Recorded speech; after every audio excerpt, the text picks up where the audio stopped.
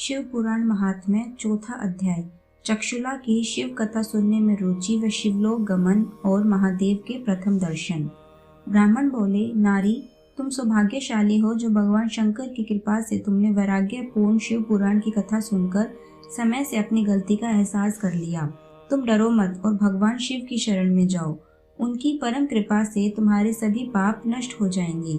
मैं तुम्हें भगवान शिव की कथा सहित वह मार्ग बताऊंगा जिसके द्वारा तुम्हें सुख देने वाली उत्तम गति प्राप्त होगी। शिव कथा सुनने से तुम्हारी बुद्धि शुद्ध हो गई है और तुमने पश्चाताप किया है तथा मन में वैराग्य उत्पन्न हुआ है। पश्चाताप ही पाप करने वाले पापियों के लिए सबसे बड़ा प्रायश्चित है। पश्चाताप ही पापों का शोधक है और इससे ही पापों की शुद्धि होती है। सत्पुरुषों के अनुसार पापों की शुद्धि के लिए प्रायश्चित पश्चाताप से ही संपन्न होता है।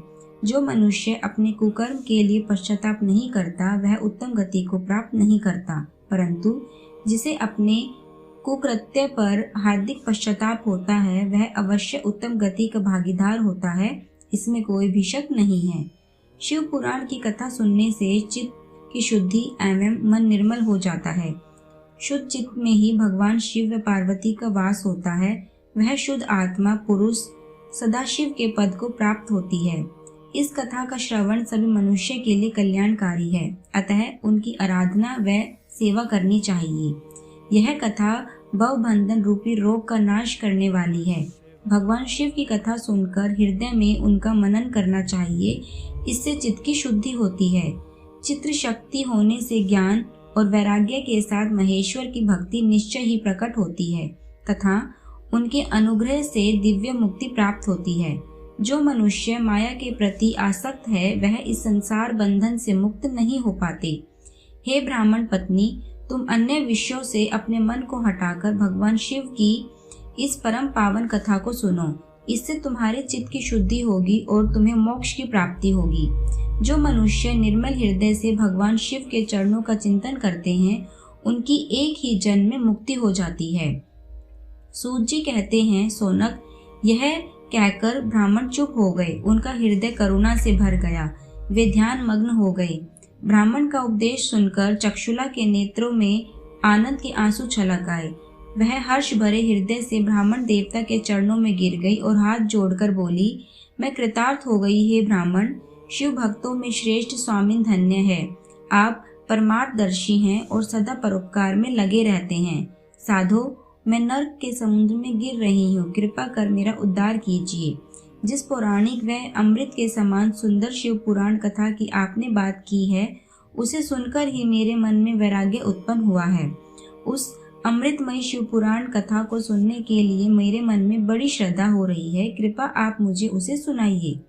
सूत जी कहते हैं, शिव पुराण की कथा सुनने की इच्छा मन में लिए हुए चक्षुला उस ब्राह्मण देवता की सेवा में वहीं रहने लगी। उस गोकर्ण नामक महाक्षेत्र में उन ब्राह्मण देवता के मुख से चक्षुला शिव पुराण की भक्ति ज्ञान वैराग्य बढ़ाने वाली मुक्ति देने वाली परम उत्तम कथा सुनकर कृतार्थ हुई। उसका चित्त शुद्ध हो गया। वह अपने हृदय में शिव के सगुण रूप का चिंतन करने लगी। वह सदैव शिव के सच्चिदानंद स्वरूप का स्मरण करती थी। तत्पश्चात अपना समय पूर्ण होने पर चक्षुला ने बिना किसी कष्ट के अपना शरीर त्याग दिया।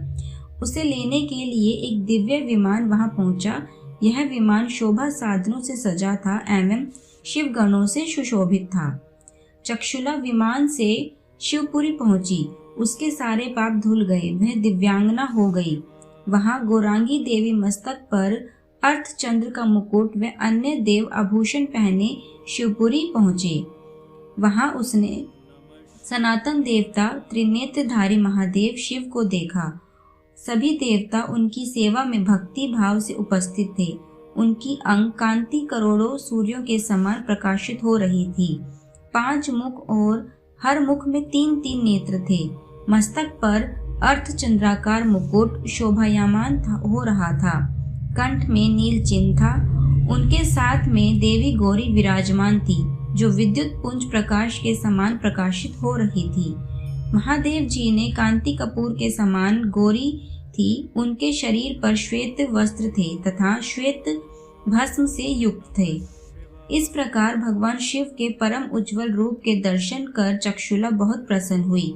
उसने भगवान को बारंबार प्रणाम किया और हाथ जोड़कर प्रेम, आनंद और संतोष से युक्त हो विनीत भाव से खड़ी हो गई। उसके नेत्रों से आनंद के अश्रु बह रहे थे। भगवान शंकर व भगवती गौरी उमा ने करुणा के साथ शोभित दृष्टि से देख चक्षुला को अपने पास बुलाया। गौरी कुमार ने उसे अपने प्रेम पूर्वक अपनी सखी बना लिया। चक्षुला सुख पूर्वक भगवान शिव के धाम में उमा देवी की सखी के रूप में निवास करने लगी। इसी प्रकार शिव पुराण का चौथा अध्याय समाप्त हुआ।